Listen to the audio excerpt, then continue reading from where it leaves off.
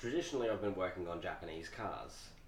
As you can see by my video history, we've got Toyotas, Lexus, which is a Toyota, Mazdas, Mitsubishis, Nissans, that sort of thing. Typically, you can pull the entire car apart with 10 mil, 8 mil, 12 mil, possibly 14s and a 17. There's not too much involved as far as engine wise, unless you're talking about specific areas like maybe a crank pulley bolt or something like that. There's not too many different areas where you need more than those tools.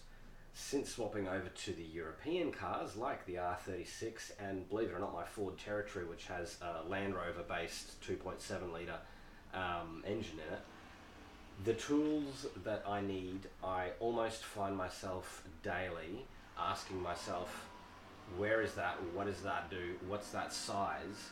So I just wanted to give you a quick rundown of what you'll need in addition to your normal spanners and sockets for European cars. So first and foremost, Torx bits.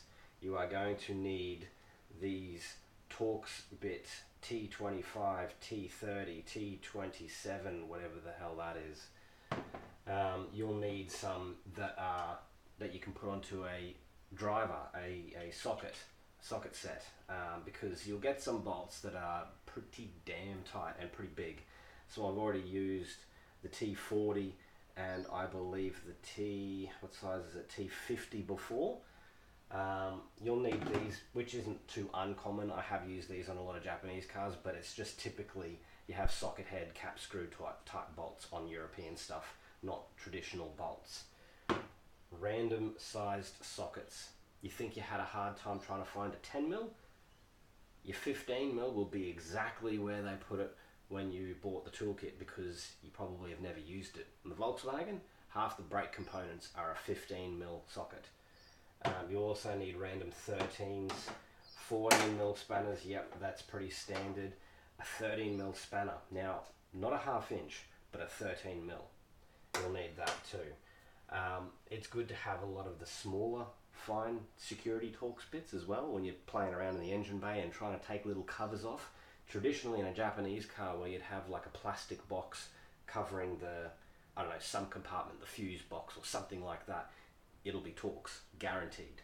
So yeah, trying to find a T25, the T25 is probably the equivalent of the 10 mil socket. If you can't find anything, it will be next to the 10 mil socket, guaranteed. That T25 will be in the 10 mil socket that you can't find. So that's pretty much all I wanted to explain, was the differences between Japanese cars and European cars. Very, very fundamentally the same. Things go in, things go out, things come apart the way that they go back together. But there are some different tools that you need. So I just wanted to give you guys a quick highlight, and thanks for your support.